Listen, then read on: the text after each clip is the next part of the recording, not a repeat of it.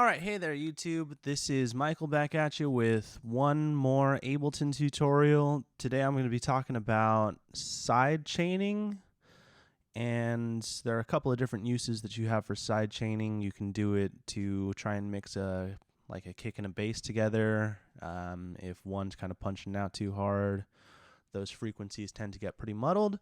The other reason is you got some hot electronic dance music and you want to give it that pumping feel.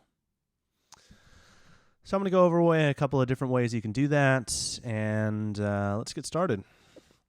So I have here loaded up a kick sample. Let me just solo that one.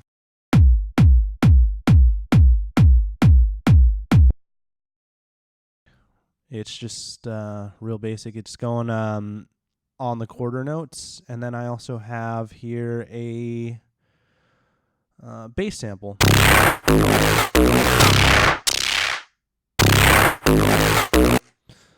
Something that I just got out of like a pack for free or something. So I'm going to go over the first method with you. That's getting a compressor and using the sidechain option. Generally, this option is best when you have like live bass and live drums. Otherwise, the next method I'll show you will be pretty easy and intuitive as well.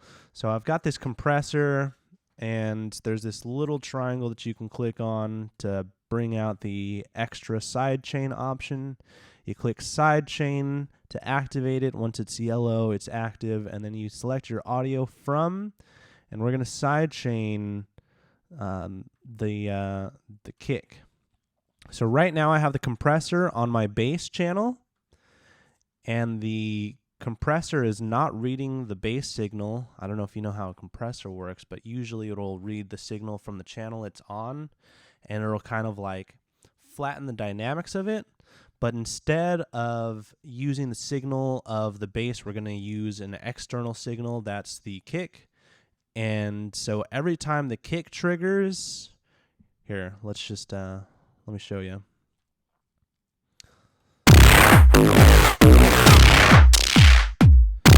You can see on this graph that all of the little gray lines coming up are all from the kick. Let me do it without the sidechain, and it'll just show the bass audio.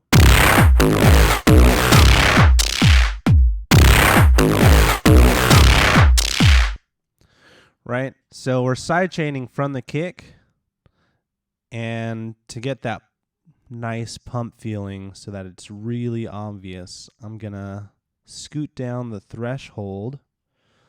Let's see if it's easier. The threshold, I'm going to scoot it down a bunch. I'm going to turn the ratio up a little bit, the attack all the way down, and I'm going to leave the release at where it's at. See how that sounds. Think a faster release. Let's see. If I mute this,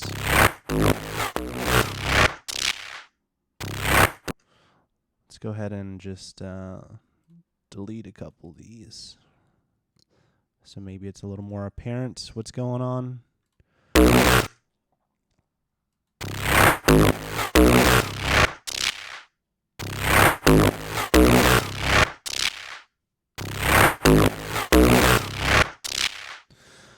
So yeah, basically every time that the kick is hitting, the gain is being reduced in that bass line, and that gives you that sidechain effect.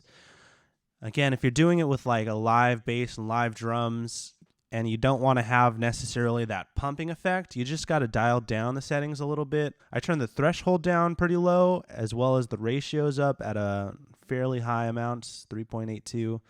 So if you dial it back, the ratio and the threshold to a more moderate setting, and you can also mess with the dry wet setting to kind of like mix it in a little bit.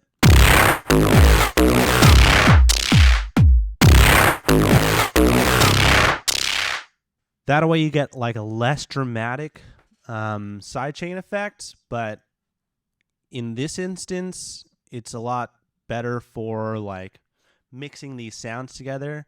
Again, that really dramatic, that low threshold and the high ratio really gives it that pumping effect. So it's just a couple of different ways of mixing. Now I'm going to turn off this compressor. I'm going to show you a second way that you can achieve this. And this is only available if you have live version 10.1. I'm going to go ahead and turn on the automation lane and show automation for volume.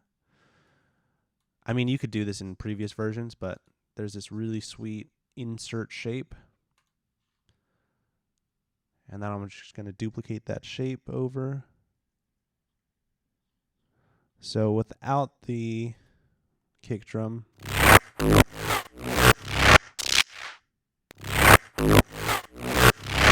And that's just one shape available. Oops. There are other shapes available as well. Let me just highlight this.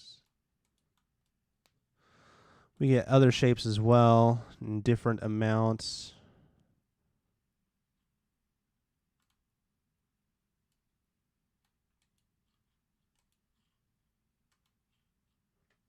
Here we go. Here's a different example.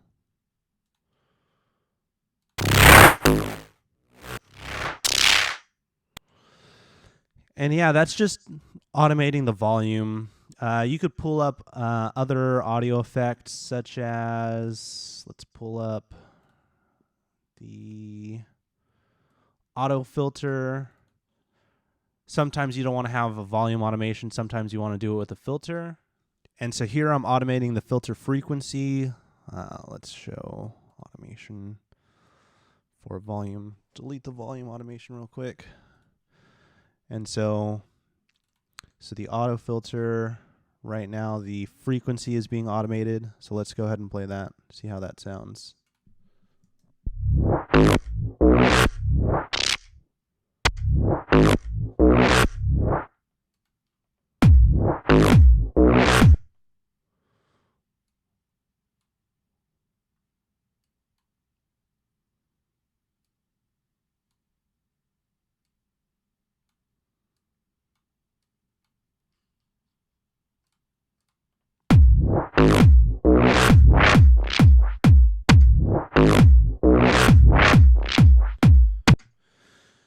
Yeah, so that's another way that you could do it with a filter, automating the filter frequency, or you could do it automating the volume. You get different results, and with automation, you can really like draw your own lines, whereas with compression, you're kind of limited to just what the kick sounds like. And if you noticed earlier, I'm going to turn off the filter now. If you noticed earlier when I had the compressor on, I could mute the kick that I was using as my input signal, and it would still sidechain.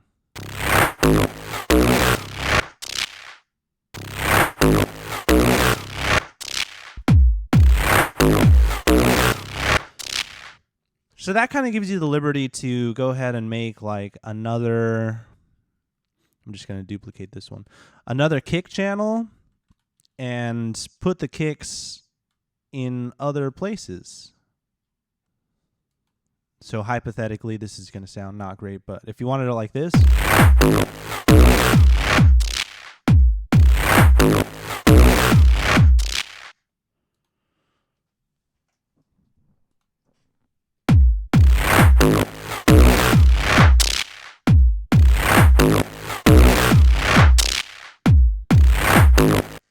I'm just going to pull up the compressor so you can see what's actually happening.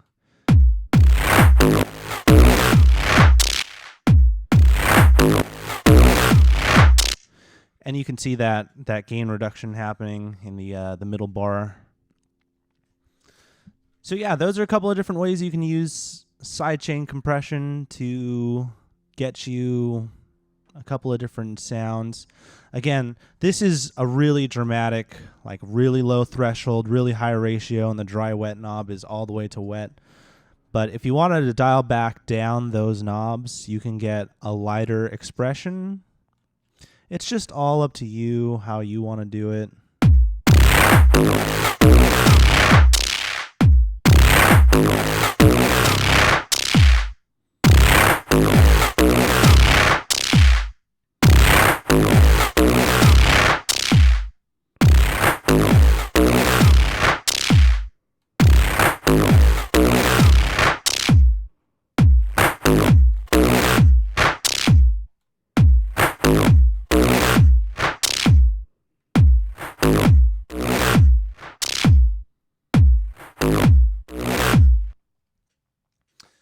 Yeah, that's sidechain compression for you.